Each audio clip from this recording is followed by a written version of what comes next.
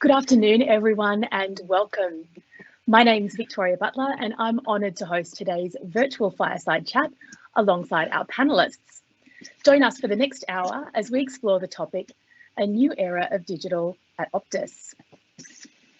We'll be discussing emerging trends in the technology industry, some of the technologies we're working on or with at Optus, and how technology is shaping our future. But before we begin, I want to acknowledge the traditional custodians of the various lands on which we meet today and the Aboriginal and Torres Strait Islander people participating in this meeting.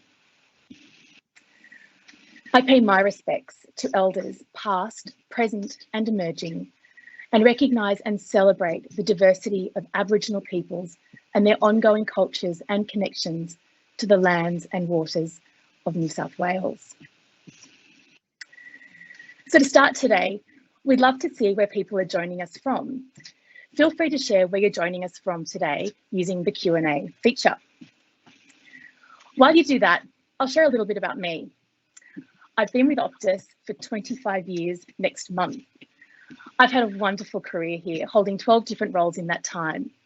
I'm currently the Associate Director of the Group IT Transformation Office, where we lead communications and change for IT projects and initiatives. And we also lead business operations to support the office of IT Australia's Vice President, Xiao Yo Kong. So thank you to everybody who is participating in the chat. I can see today that we've got people joining us from Bosley Park, we've got people coming to us from Sydney, we've got people from Brisbane, some of the suburbs of Melbourne. There's more coming in now. We've got someone from Western Australia. So welcome. I'm delighted that everyone is able to join us.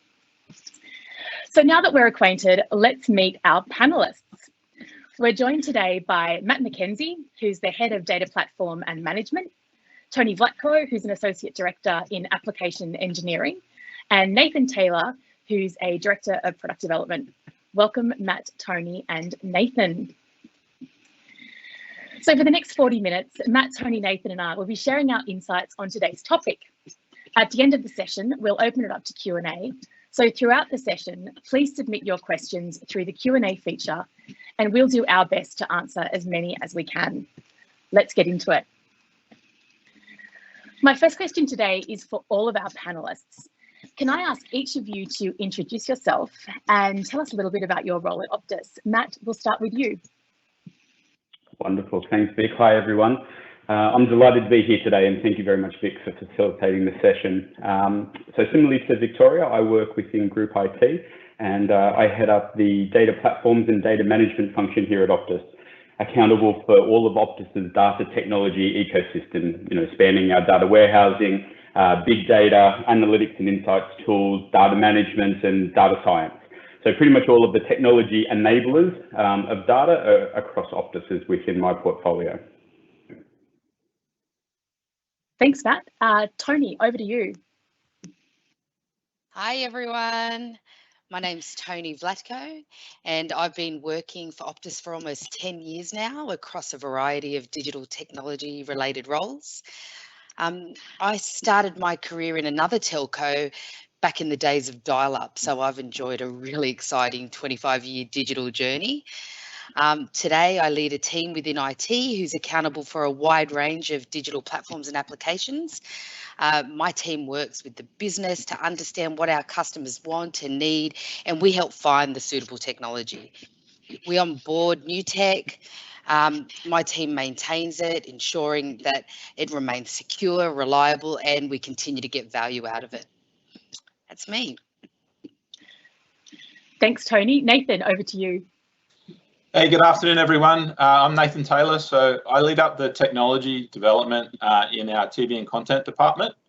So look after a number of products. One that you guys would be familiar with is Optus Sport. And so my team are responsible for all of the application development and the platform operation and platform development of that product.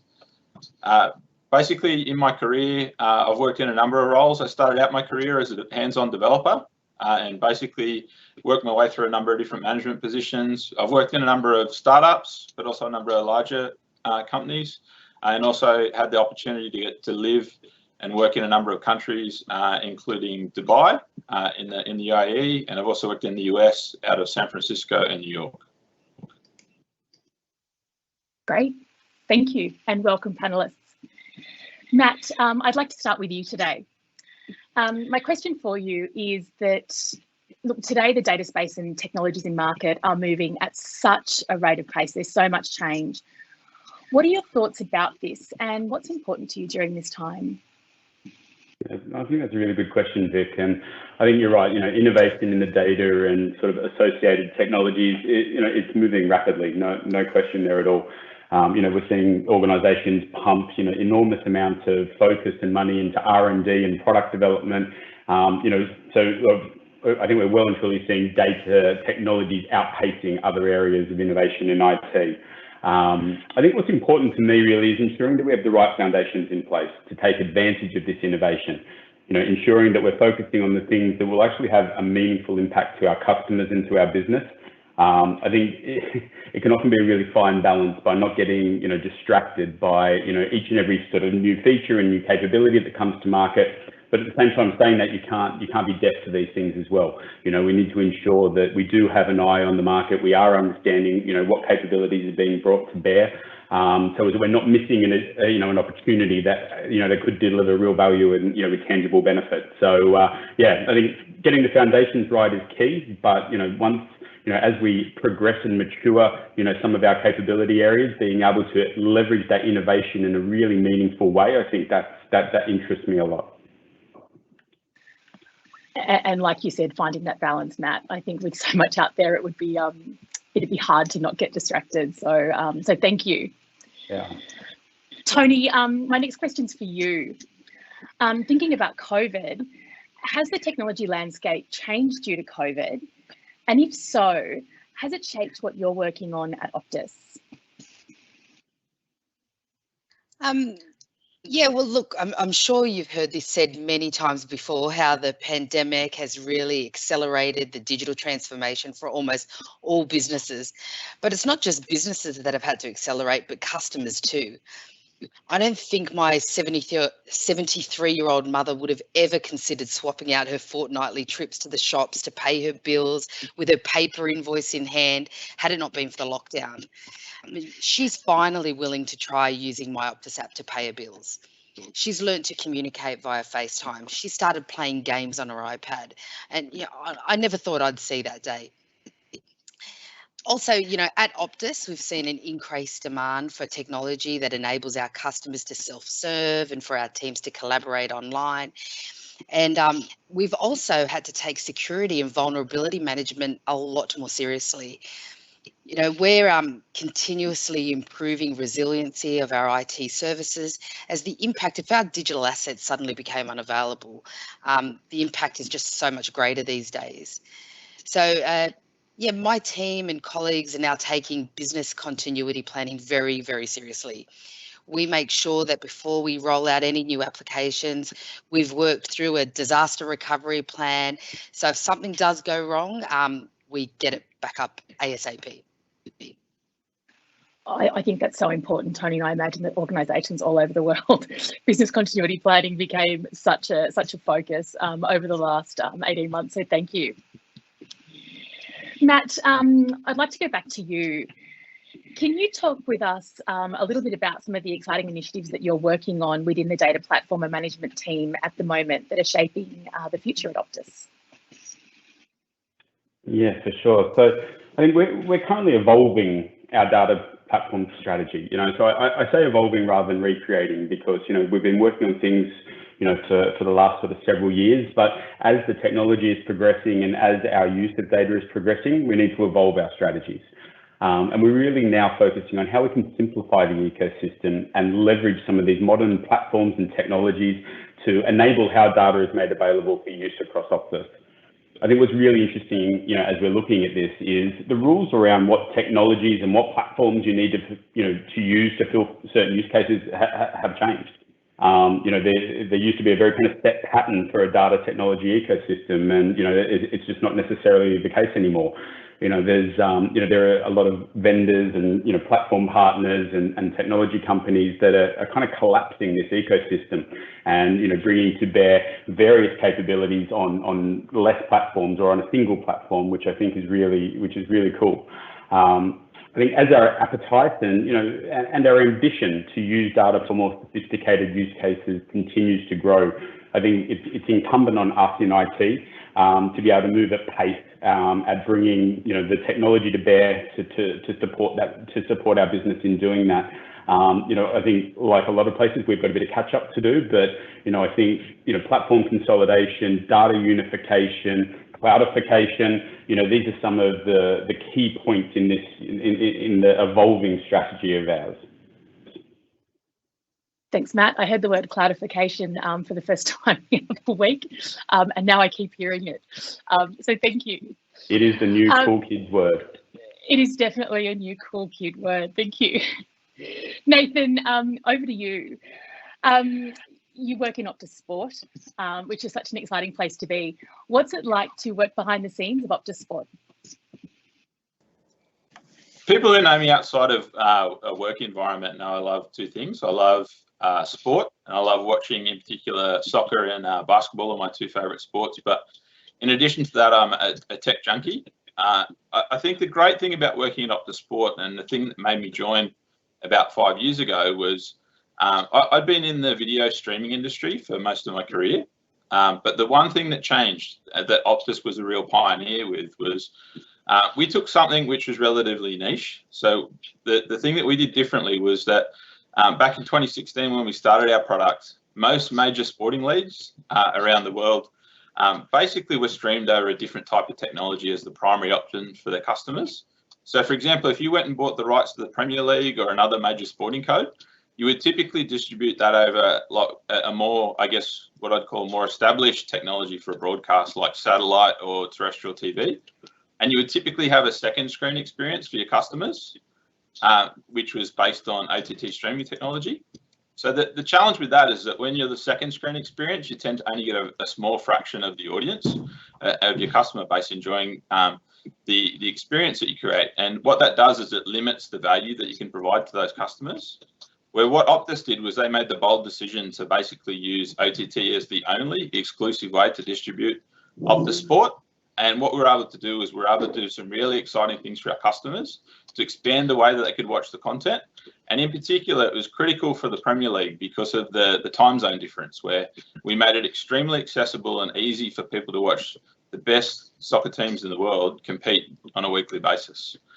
We've continued to kind of work on that over the years. And one of the great things about working at Optus Sport is that because we're essentially a mini TV station bolted onto a telco, you actually have to understand the full end-to-end chain. You have to understand all the different parts, all the way from how you get the signal out of a stadium, how you create a TV channel, how you monetize it, how you advertise, and then how you create the customer experience through the app. So I think it's a really exciting place to be because of the breadth of what you get to experience.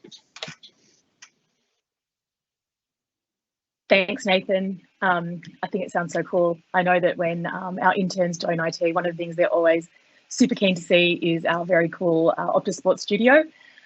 So you're definitely working in the right place. But I do have one other question. What team do you tip to win the Euro 2020 tournament? So I have to admit, my answer to this probably about a week ago was different than what it is now. At the beginning of the tournament, I was enamored by one group in particular, which had France, Germany, and Portugal in it. And I made a bold prediction a few weeks back, which was that I thought that Portugal had the talent to go all the way and win the tournament.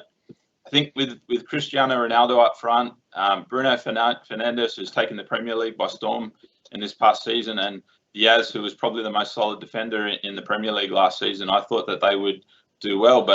And I tended to underestimate the chances of England because, unfortunately, being a huge fan of the Premier League, you tend to get overexposed to their players and you tend to overestimate their potential. But we've been really pleasantly surprised and have seen great performances from England. And in this morning was really glad to see that they made it through to the final next week against Italy. So we're all set for a really big, huge blockbuster final on Monday morning between England and Italy. So can't wait for that one. It'll be great. Nathan, thank you. My next question is for all of the panelists. I'd like to hear a little bit more about what innovative market-leading technologies you're working with at the moment and how they're creating a lasting impact in the industry. Tony, I'll start with you. So many things. We're working on so many things. I'll take Matt's word, cloudification. We're cloudifying everything, if that's a real word. One of the things that we're working on at the moment is replacing our existing on-prem IVR and contact center platform with an intelligent cloud contact center. And this type of innovative technology will help us better understand our customers and deliver experiences that are really tailored for them. You know, this kind of technology allows us to deliver a really seamless customer experience, no matter what channel a customer chooses to engage with us from. We can integrate with artificial intelligence to assist our customers, and we reduce the effort of our agents. You know, they don't have to go toggling between screens anymore. There's just, so much new in the technology world. Thanks, Tony. Matt, what about you? What innovative market-leading technologies are you working with and how are they creating a lasting impact on our industry? So we're engaging with a number of industry leaders, but also industry-leading companies in supporting the delivery of our sort of data platform strategy, you know, with a real focus on partnering with businesses that are, you know, what I call data native, you know, where data isn't, you know, it's in their DNA. And they're investing heavily in, you know, R&D and product development. You know, I intentionally use the word partnering there, you know, as it's my sort of strong belief that, you know, we can have relationships with technology companies that's bigger than an order form and work together to make a real meaningful impact for Optus and our customers. And, you know, I see that there are a number of companies that want to engage with us in that more kind of meaningful way moving forward.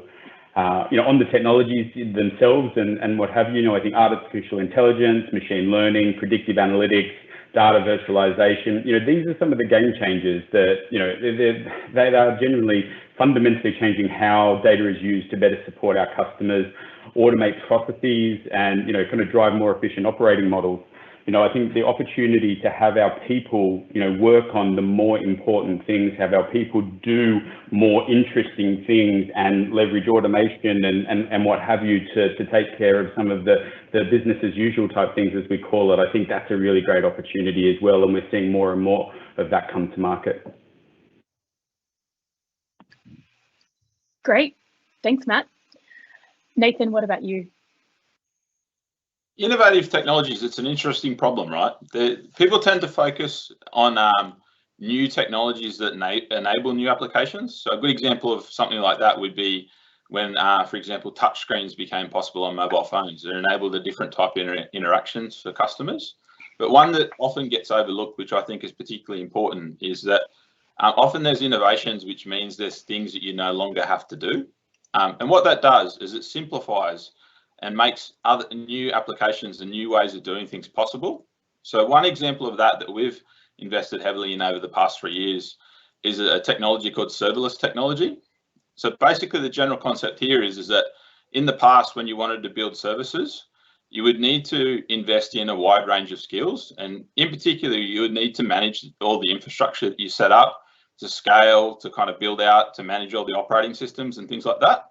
But serverless technologies is a good example where basically companies out there have allowed you to spend time on the areas of the technology stack which create the innovation and differentiation for your services. So my team, for example, have built all of our backend services exclusively using this technology so that we can focus really on the parts that make a difference, which is around the actual functionality of the system rather than a lot of the overhead and challenges that you typically have to face when building out technology systems. Awesome, thank you. My next question is for all of our panelists again, and Nathan, this time I'll start with you. Look, we're all in busy roles, we're all working with different technologies, but we also know at Optus that it's important to pause and enjoy the moments that matter. So Nathan, how do you take that time? How do you pause and enjoy those moments that matter? Yeah, I tend to spend a lot of time on weekends with my family. So I have a wife and 3 kids, and so I have a lot of time hanging out with them. The other things I enjoy doing just as hobbies for myself is I'm a keen reader. I love to read kind of business innovation books. I love to play soccer on the weekends. I like to think of myself as a competitive player, but like to get out there and give it a crack. I love video games, so I love jumping on my computer to relax overnight, especially now that there's a lot of kind of really interactive, kind of broad multiplayer games that are viable these days. And I think if you did ask me for my one key talent, it would probably be that I'm a world-class sleeper. So I think, especially working on a product like Optus Sport, where you're often up at random hours of the night, I think I have this unique ability where I can fit in a lot of sleep in a very condensed period of time and sleep at any time of the day.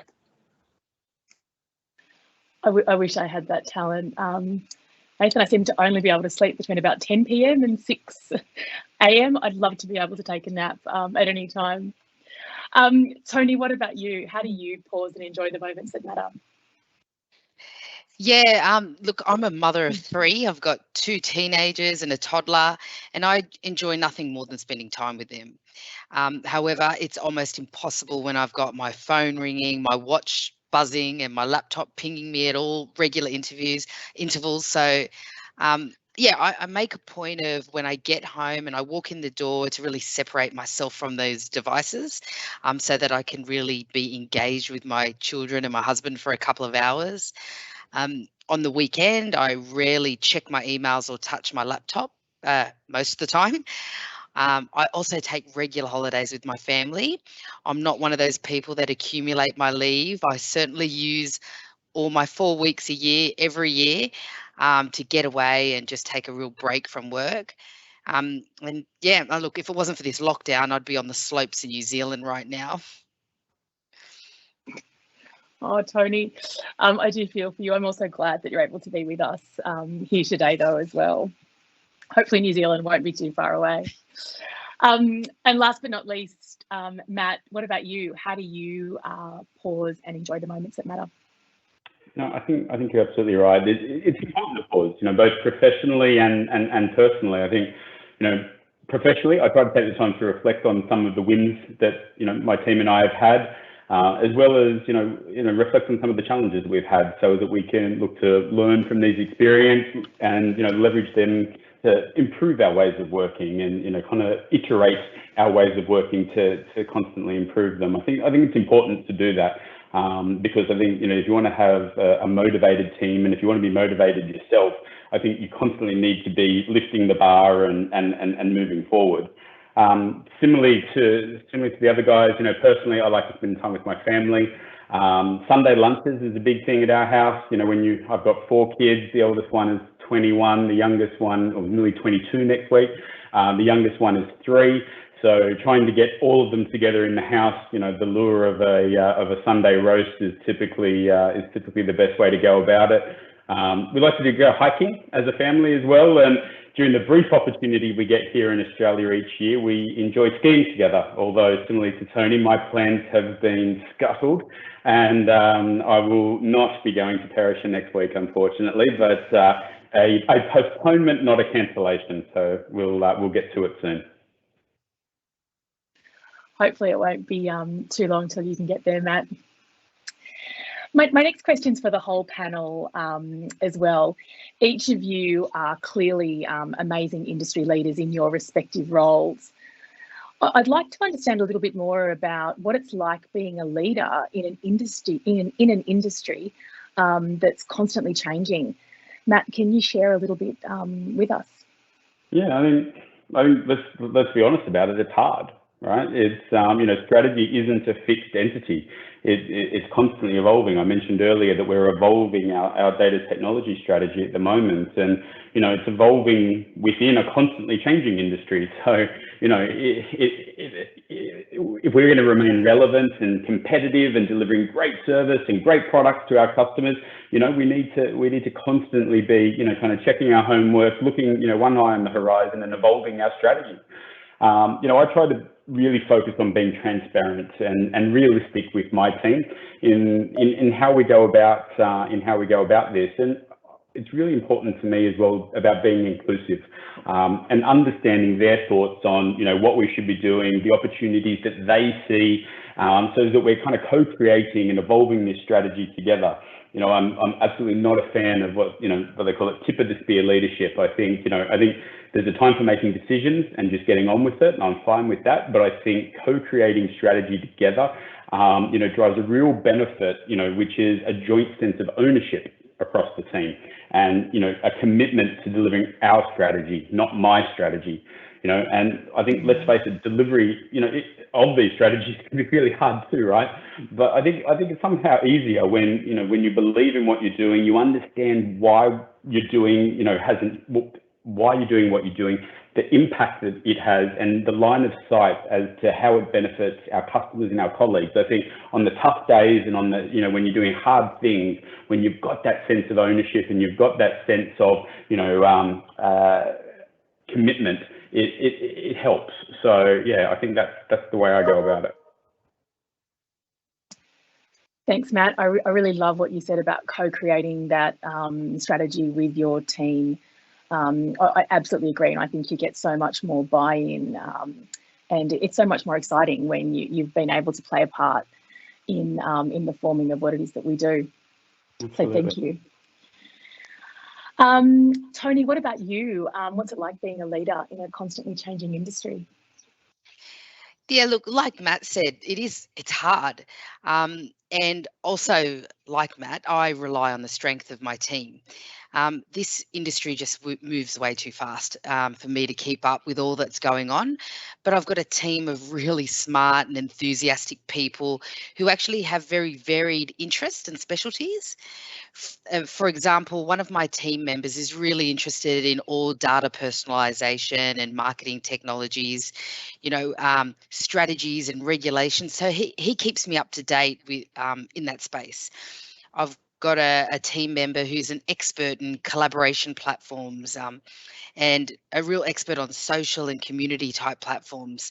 So, as a team, we regularly get together and we collaborate, we shoot the breeze, and I've just found this the most effective way to keep on top of what's happening in this constantly changing industry. Thanks, Tony. And I expect that relying on the strength of your team is probably the only way that you can kind of wrap your arms around it when there's so much happening and when it is moving so fast. So thank you. Nathan, what about you? What's it like for you being a leader in a constantly changing industry? Yeah, it's an interesting problem. I think probably two bits of advice that I'd give is that in order to be an effective leader, you need to know two things. You need to know what to do, but you also need to be efficient at what you do.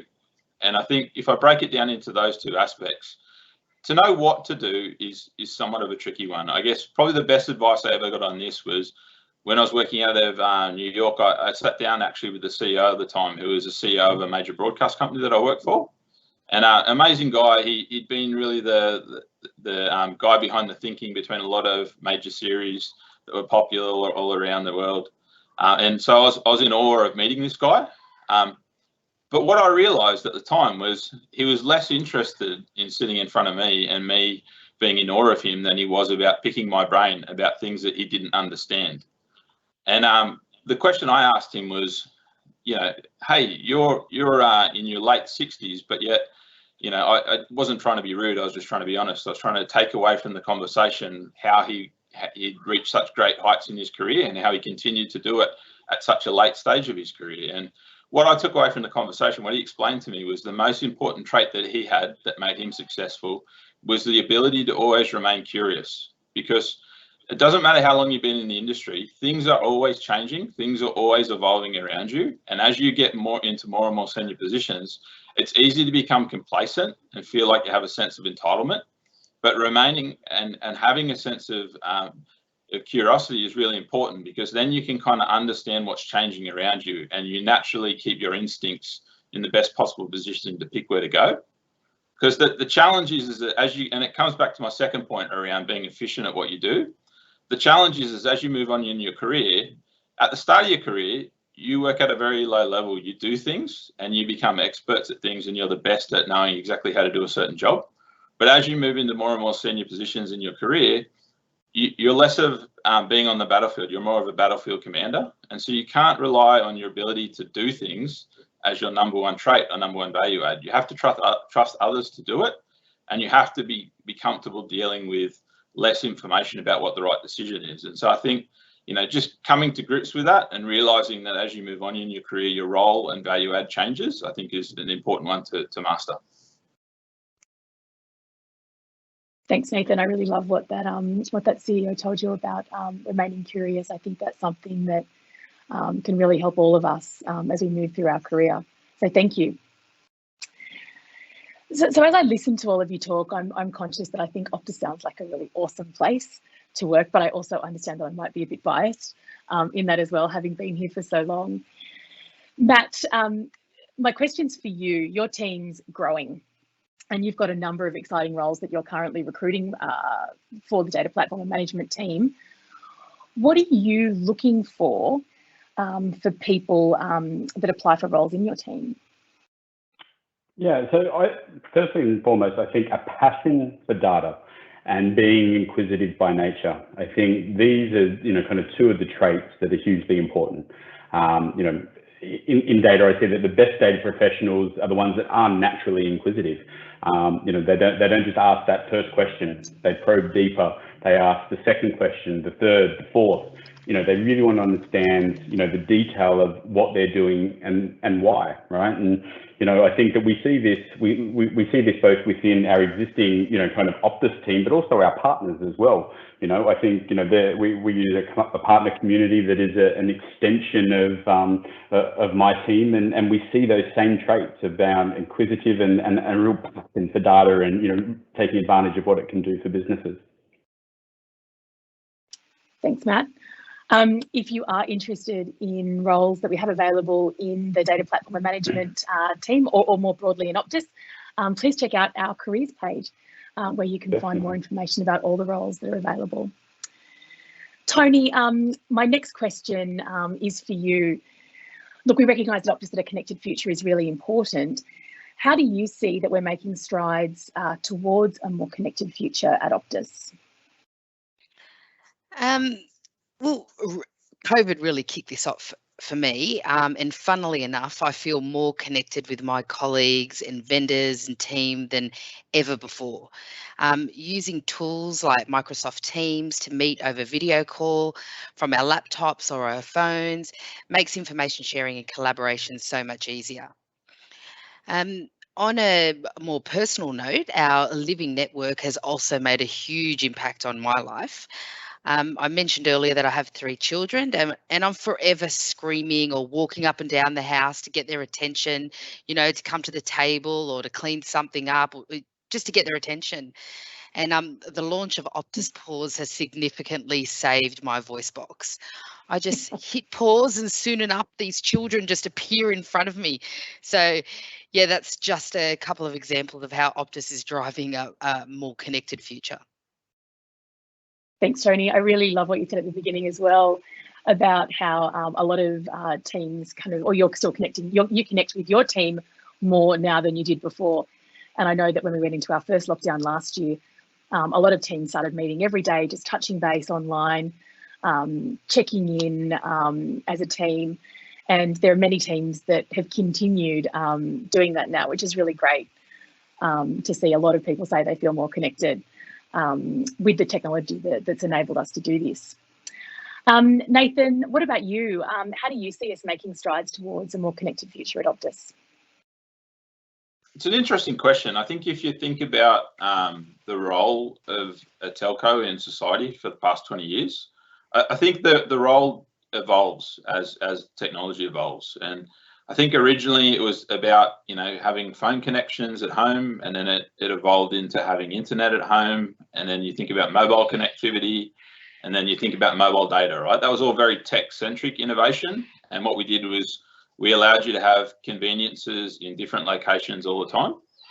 It's ironic in that what Tony pointed out a good example, which was with pause. It's actually about almost connections. It's less about getting technology connection. It's more about being able to disconnect yourself from technology and to connect with things that are important in your life, such as your family, etc., and giving yourself that time and that airspace to enjoy those things. I think another great example of this, which I think is a great innovation, is also our Call Translate product that we've just launched. So if you think about that, the problem that it's really trying to solve is it's helping people who are somewhat isolated within the community because of a language barrier overcome those things and connect themselves to core services and things that they need to really live their life.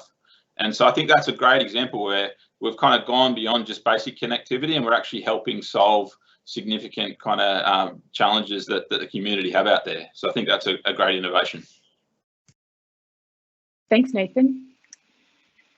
The next question I have is for all of our panelists again, and it is, look, with our industry advancing in leaps and bounds, what are you most excited about for the future? Matt, I'll start with you.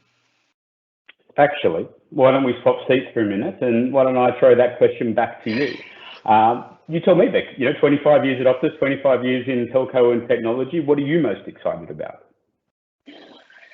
Thanks, Matt. Wow. Okay. Let me think for a second. Look, I guess what I'm probably most excited about is the possibility of what is yet to come. I remember back in early 2000, I was a business analyst, and I was assigned to the WAP project, and there was just so much buzz about how WAP was going to change the way that we use our phones.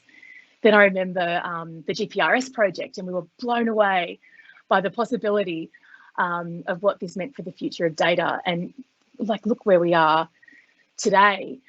I remember the novelty of the first camera phone back in the early 2000s. I had a colleague who'd been given a camera phone, and I remember they MMS'd a photo of their baby to us just after their baby had been born. And it was so incredibly cool. We were like mind blown, like this person's just taken a photo on their phone, and they've now sent it to us, and it's here. And today we do this all the time, and we don't even give it a second thought. So look, we're just living in such an exciting time, and I'm really excited about what the future holds for us. Well said. Would be my answer. Thank you. No, it's a good answer. It's a very good answer. So what about you? A similar vein, right? I think that there are lots of things to get excited about, but for me, I think the advent of 5G and the opportunities that it's going to bring is probably the most exciting.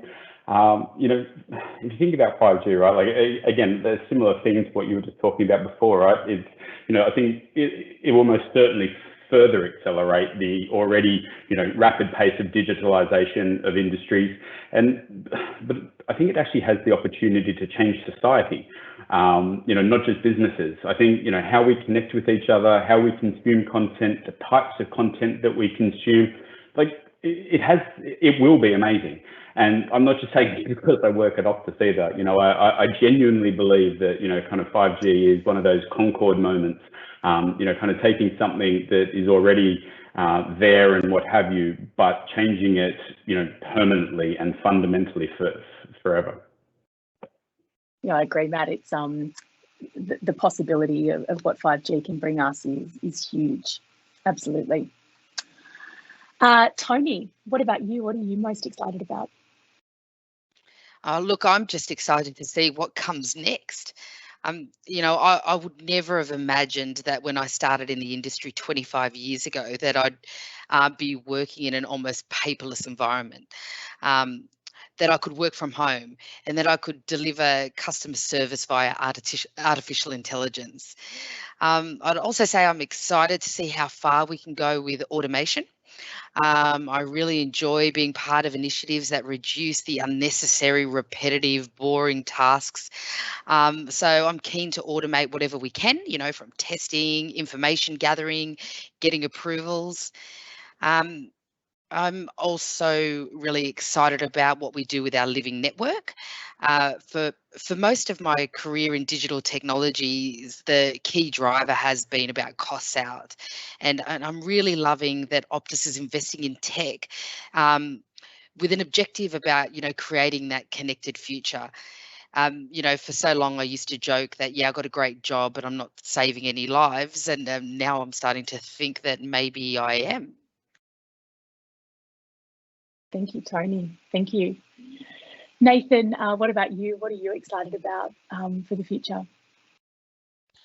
Yeah, maybe if I take a slightly different angle at this question, I think if we talk about from an individual perspective of people who are likely to join this call, right? I think the background of the people on this call are people who are interested in being technologists in the telco industry. And I think the thing that I'm particularly excited about was, if we go back to my analogy around 80-20, like if you look back 10 years ago, 80% of the value that was provided within the company was kind of the core connectivity products. So it was rolling out a network, rolling out core systems.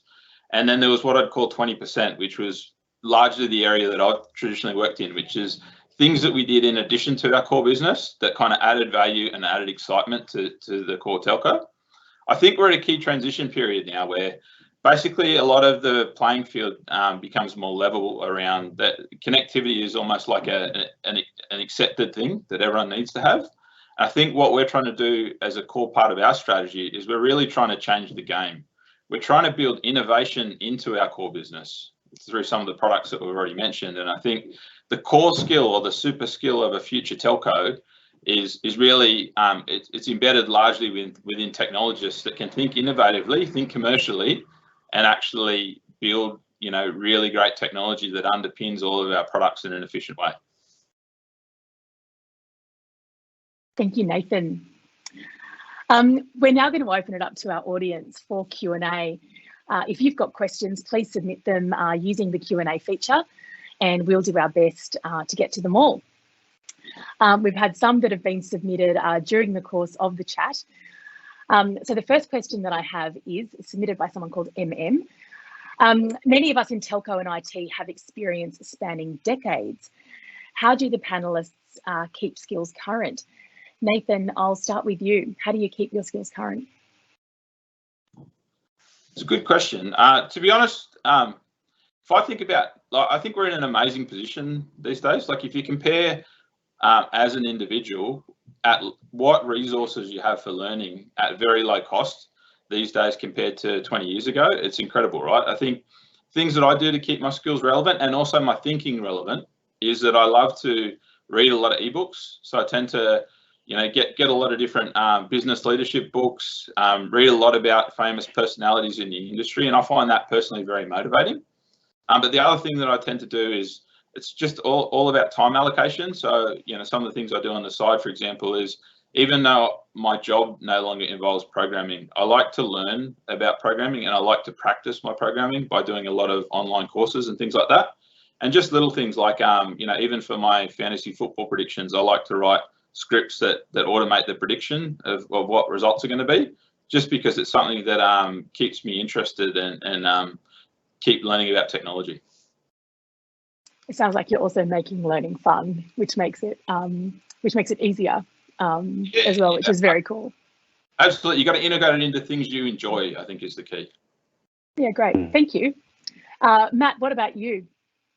I think I try to use the tools that are out there, of which these days there's lots, right? You know, like if you look at a lot of the big, software companies and what have you, they've got a lot of online learning pathways and things like that, which, often, not always, but often are free.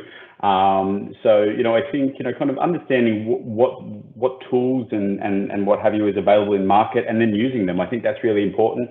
You'd be surprised how many of the of these kind of online, technology company products aren't just about their technology either. Like it can help you understand more about different ways of working, different, kind of delivery methodologies and what have you. So, yeah, I think that's one way. I'm becoming increasingly interested in podcasts as well, which is something that I never thought that would really appeal to me, but I'm quickly becoming hooked in my daily commute. I'm another one who loves podcasts, Matt. There are never enough hours in a day for the podcasts that are in my queue, that's for sure. Tony, what about you? How do you keep your skills current? Well, what I spoke about earlier around relying on my team, so they keep me up to date. I also follow a lot of industry news, so just Googling particular topics. Rely on vendors as well. So got excellent relationships with some of our suppliers, and they keep me up to date, with some insights and new technology. And I really take advantage of all of the development opportunities that we have at Optus. Optus is a real learning culture, so there's just a wide suite of opportunities to keep yourself up to date on things. Thanks, Tony. Tony, I've got another question for you that's been submitted by someone called James. James says, I'm a grad looking to grow my career in tech. What advice would you give to someone starting out in this field? Okay, well, firstly, I'd recommend looking out for someone to mentor you. Try and partner up with someone who inspires you and that you've got a comfortable relationship with, so that they can give you some advice and can help guide your development. Secondly, I'd take full advantage of the development opportunities in your organisation. Like I said, Optus has a great commitment to learning and development, which I, for one, take full advantage of. I have a mentor, I am a mentor, I've got a living and breathing development plan. I utilise all of the learning opportunities available to me. That's like e-learning modules, learning jams, attending brown bag sessions. And I know that sounds incredibly time consuming, but I've really worked this in with my life. So, at least a few days a week, I will use the time to get up and stretch my legs, put my AirPods in, and I'll be listening to a learning module or listening to a brown bag. So, there's a way to do it without consuming too much of your time as well. Great, thank you. Matt, the next question is for you. It's been submitted by someone called Veronica. What do you think is the biggest challenge facing the tech industry currently? Thank you, Veronica. I think the critical shortage of resources, right? I think that is the absolute biggest challenge that we're facing today.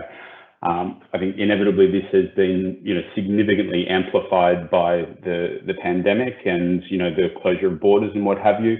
You think about the tens of thousands of individuals who were coming into the country each year, bringing skills, experience, capabilities, and what have you, and we've turned that tap off. So we're all fishing from the same pond at the moment. I think it's definitely a challenge.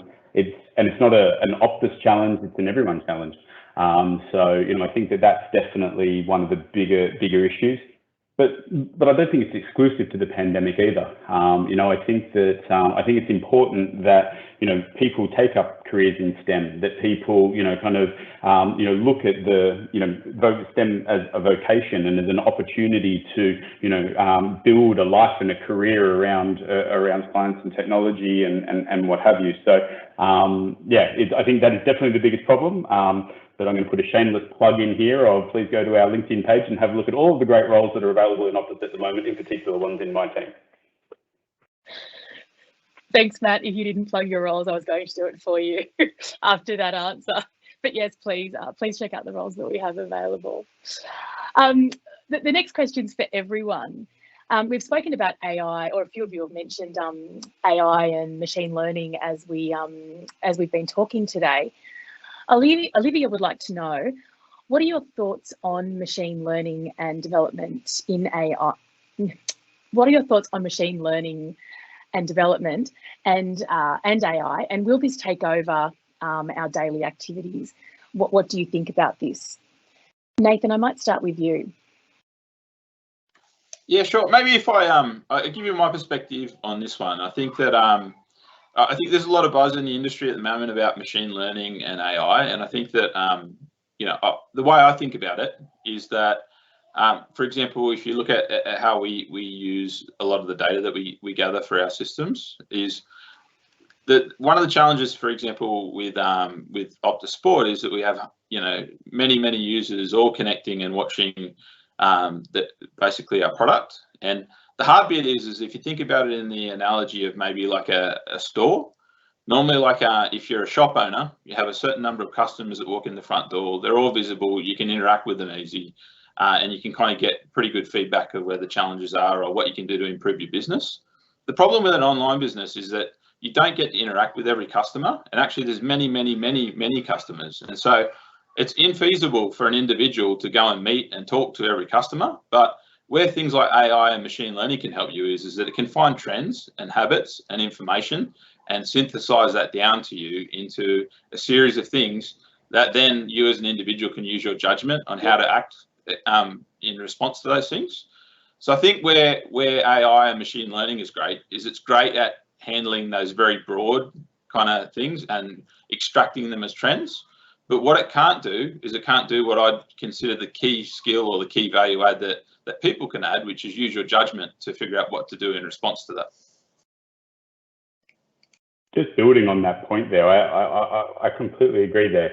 I think where AI, and machine learning can and does play a big part is around kind of, two things. I think one, making existing things better. So, where we can move from, kind of rule-based approaches to, kind of using AI and things like that to, bring more, kind of dynamic attributes and things like that to bear as part of decision-making processes and whatnot. I think that's really exciting. But to Nathan's point, I think it's about narrowing our focus, right? When, we've all got so much to do each day, we've got so many things. AI and machine learning is a great opportunity to say, what are the things, help us identify what are the things that we should focus on. So is it, to drive the best outcome out of our day? What are going to be the most impactful things? What are going to deliver the biggest outcome for our customers or for our businesses? So I think, making things that already exist better and helping us prioritize our time and focus on the things that matter. I think they're two very tangible, kind of examples of how it can be used. But I don't think it's going to mean that we can all sit back and do nothing all day long and have the machine run the place. Thanks, Matt. Tony, have you got anything that you'd like to add around AI and ML? Oh, look, I think the guys covered it off really well. I'd just add that I think, people tend to fear AI simply because they don't understand it or know it. And because I've worked in the industry and I do understand how that works, I know that's probably why I've got a lot more confidence in it, and I am actually inspired and motivated by the future of AI. I really believe it's going to free me up to do the things that I can add more value in for everybody. But yeah, I think a lot of it comes from a fear of not understanding how it works. Thanks, Tony. The next question is one for me. Victoria, what are your go-to podcasts? I could honestly probably take half an hour listing them all, but my go-to ones, every day I listen to the Daily from the New York Times. I really enjoy Michael Barbaro's interviews, his guests, and I find it, there's usually a fresh perspective on something that's happening around the world. I also like Today Explained from Vox. I like HBR Ideacast. They've always got something interesting happening in the world of work. There was something interesting a couple of weeks ago about hybrid work and how that's here to stay. I do love true crime podcasts. So whatever's trending on the charts, I'm probably listening to it. And I also have a suite of other podcasts from a lot of American news networks on CNN, like Anderson Cooper or Rachel Maddow from MSNBC, where I might sort of catch up on what's happening in the US. But I listen to podcasts in the morning, in the evening, in bed at night. I'm just a really big podcast listener.